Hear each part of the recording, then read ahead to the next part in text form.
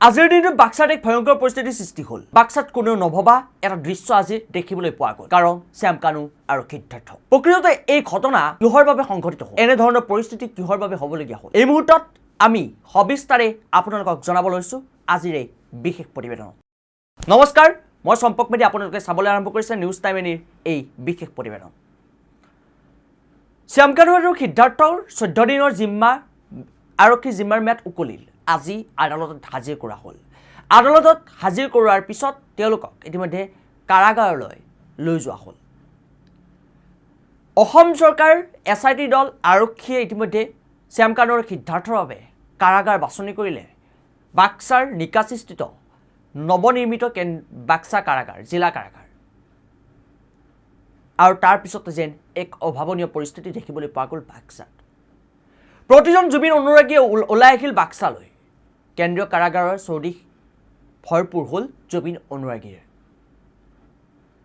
জুবিন অনুৰাগীসকলে উত্তপ্ত কৰি তুলিলে পৰিস্থিতি। শ্যাম কানু আৰু সিদ্ধাৰ্থৰ বিৰুদ্ধে গৰজি উঠিল। অৱশেষত গুৱাহাটীৰ পৰা আৰক্ষীৰ বাহন গৈ শ্যাম কানু আৰু সিদ্ধাৰ্থক লগত লৈ উপস্থিত হ'ল বাক্সাৰ নিকাচি স্থিত যি জিলা কাৰাগাৰ আছে সেই জিলা কাৰাগাৰত।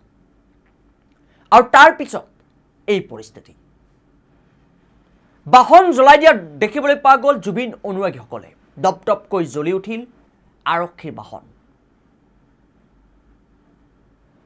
দপদপকৈ জ্বলি উঠা এই আৰক্ষীৰ বাহন দেখিবলৈ পাইছে আপোনালোকে। তাৰপিছত চাওক এই দৃশ্য, শিলগুটি নিক্ষেপ কৰিছে আৰক্ষীলৈ। কেইবাগৰাকী আৰক্ষী ইতিমধ্যে আহত হৈছে। কিন্তু এই প্ৰকৃত ঘটনা কিহৰ বাবে হৈছে, সামাজিক মাধ্যমত ইতিমধ্যে চৰ্চা চলিছে। এজন আৰক্ষী জোৱানে প্ৰথমে লাঠি চালনা কৰিলে আৰু তাৰ পিছতে এনেধৰণৰ পৰিস্থিতি দেখিবলৈ পোৱা গৈছে। আৰক্ষীজনে যদি লাঠি চালনা নকৰিলেহেঁতেন তেন্তে হয়তো জুবিন অনুৰাগীসকলে এনেদৰে উত্তপ্ত পৰিস্থিতি বিৰাজ নকৰিলেহেঁতেন।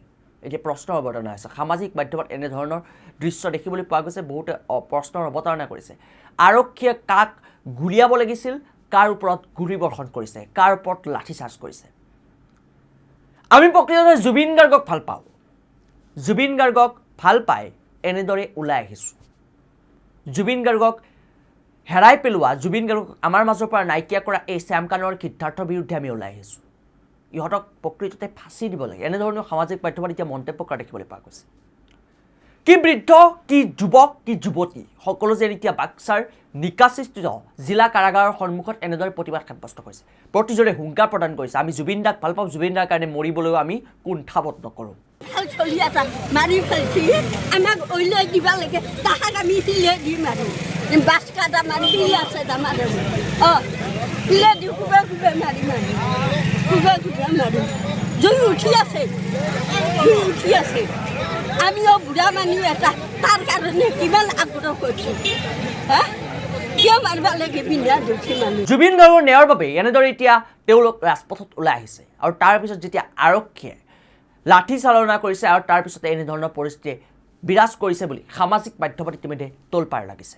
কিন্তু প্ৰকৃততে কাৰ ভুল, এতিয়া এই প্ৰশ্নৰ অৱতাৰণা হৈছে। যদি আৰক্ষীজনে প্ৰথমে লাঠিচাৰ্জ কৰিছে, কিয় লাঠিচাৰ্জ কৰিলে সেয়াও এতিয়া ৰহস্যৰ আৱৰ্তন। লাঠিচাৰ্জ কৰিবলগীয়া কিয় পৰিস্থিতি হ'ল, বহুতে দেখিছে সামাজিক মাধ্যমত যে যদি আৰক্ষীয়ে লাঠিচাৰ্জ নকৰিলেহেঁতেন তেন্তে এনেধৰণৰ পৰিস্থিতি বিৰাজ নকৰিলেহেঁতেন। কিন্তু এয়া দেখিবলৈ পোৱা গৈছে যে আৰক্ষী লাঠিচাৰ্জ কৰাৰ পিছতেই এনেধৰণৰ পৰিস্থিতি দেখিবলৈ পোৱা গৈছে। আৰক্ষীৰ বাহন জ্বলাই দিছে, আৰক্ষীলৈ শিলগুটি নিক্ষেপ কৰিছে, যাৰ পৰিপ্ৰেক্ষিতত কেইবাগৰাকী সাংবাদিকো ইতিমধ্যে আহত হ'বলগীয়া হৈছে, কেইবাগৰাকী আৰক্ষী জোৱান আহত হ'বলগীয়া হৈছে।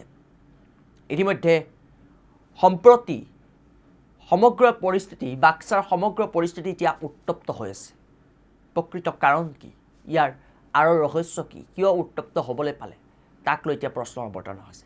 আনপিনে অসম চৰকাৰে কেইবাখনো জিলাৰ পৰা অতিৰিক্তকৈ আৰক্ষী নিয়োগ কৰিছে বাক্সাৰ নিকাচিস্থিত জিলা কাৰাগাৰত, যাতে উত্তপ্ত পৰিস্থিতি খাম কাটে, তাৰ বাবে লক্ষ্য ৰাখিছে অসম চৰকাৰে। কিন্তু প্ৰকৃত ভুল কাৰ আছিল, এয়া এতিয়া প্ৰশ্নৰ অৱতাৰণা হৈছে।